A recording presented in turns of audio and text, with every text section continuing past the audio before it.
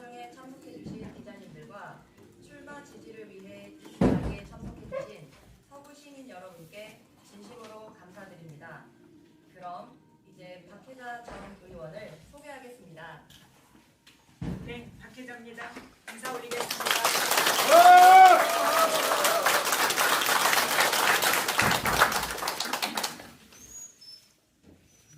제가 출마 기자회견을 작성을 하면서도 여러 차례 사실은 눈물을 흘렸습니다. 우리 대한민국이라는 배는 도대체 어디로 가고 있는 것인가 하는 물음이 제 가슴 속에 계속 남아 있습니다. 지금은 윤석열 정권과 싸워야 할 때입니다. 존경하는 시민 여러분 그리고 언론인 여러분, 저는 22대 총선 출마를 위해서 이 자리에 섰습니다. 그러나 국회의원을 지냈고 정부 기관에서 기관장으로 일했던 저의 정치적 경력으로 보아서 송구하다는 말씀부터 드립니다. 정치를 바라보는 국민들의 냉소와 환멸이 극에 달하고 있기 때문입니다. 국회가 의결한 개혁 법안들은 윤석열 정권에 의해서 전부 다 거부권 행사로 무력화되고 있고 또 정치 검찰로 인해서 나라가 하루도 편할 날이 없습니다.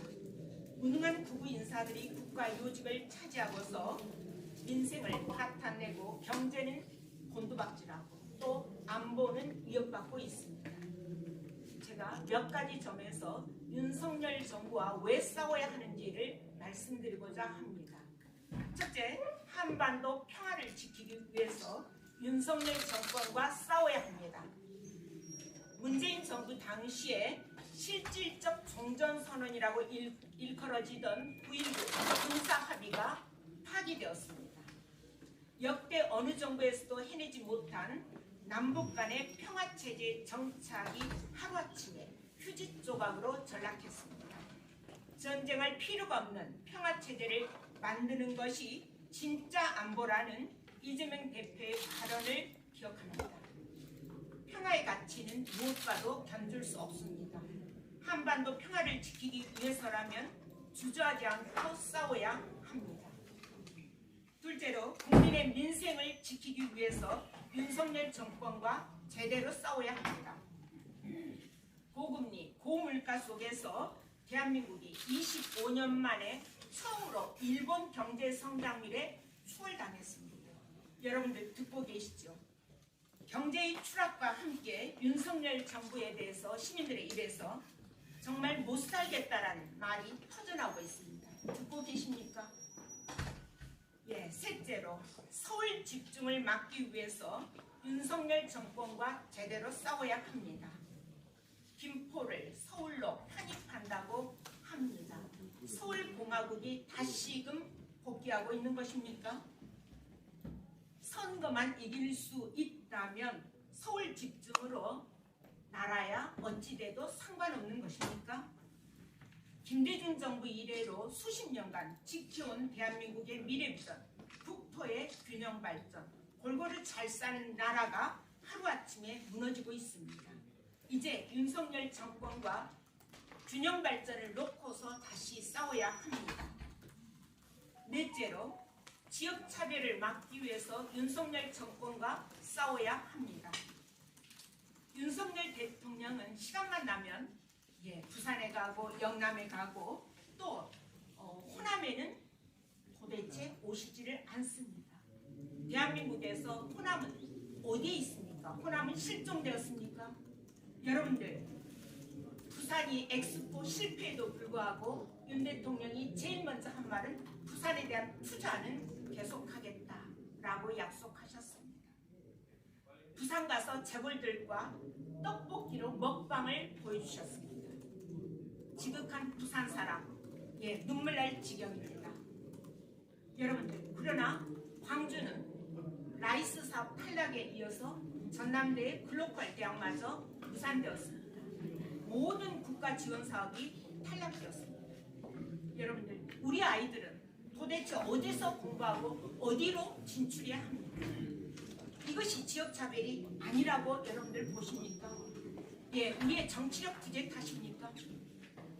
광주 시민 여러분, 지역차별 이대로 괜찮으시겠습니까? 이대로 괜찮습니까?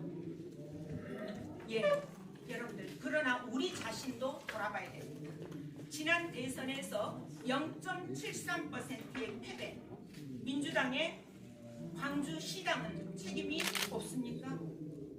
시민들은 윤 정권에 대한 분노의 한편에도 정권을 잃어버린 민주당에 대해서도 책임을 묻고 있습니다.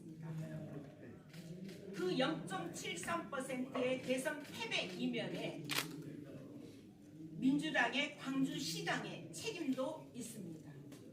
우리는 과거 국민의힘에게 대선에서 두 자릿수 준 적이 없습니다. 이번 윤석열 정부의 등장에는 광주의 지지율 두 자릿수 숫자가 작동하고 있습니다. 여러분들 다 알고 계십니다. 이 책임 결코 가볍지 않습니다.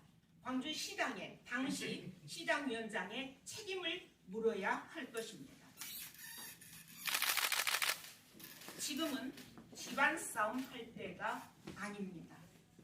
윤석열 정권과 속 시원히 싸워달라는 국민의 여망은 어디로 가고 당내에서의 갈등과 반목만 지속되고 있습니다. 자기 정치에만 몰두하고 있는 현역 의원들 다시 생각하셔야 합니다. 광주 시민들은 당대표의 표결 투표를 두고서 당내에서 벌어졌던 그 분란의 현장도 기억하고 있습니다. 또 이어서 호남목 지명직 최고위원을 사퇴하는 모습도 지켜보았습니다. 똑똑히 기억하겠습니다. 총선 출마에 앞서서 시민들에게 사죄하고 용서부터 구해야 할 시점이라고 봅니다. 무도한 윤석열 정권과의 싸움 누가 잘할 수 있습니까? 저 박혜자가 잘할 수 있습니다. 저는 박근혜 대통령과 싸웠던 사람입니다. 박근혜가 그 유명한 배신의 정치를 말했을 때 그 실제 원인은 저한테 있었습니다. 제가 아시아 문화의 전당을 국가기관으로 법안을 통과시켰기 때문에 박근혜 전 대통령이 당시에 800억을 매년 지원해야 되는데 그런 사업을 통과시켜준 그 당시에 유승민 원내대표를 배신의 정치라고 직격한 바 있습니다. 저는 그렇게 합니다. 제대로 싸웁니다. 그래서 박근혜와 국정교과서를 두고서도 100일의 천막농성을 통해서 국정교과서를 무산시킨 바 있습니다. 이것이 싸우는 방법이고 싸울 줄 아는 사람이 필요한 때입니다. 박혜자!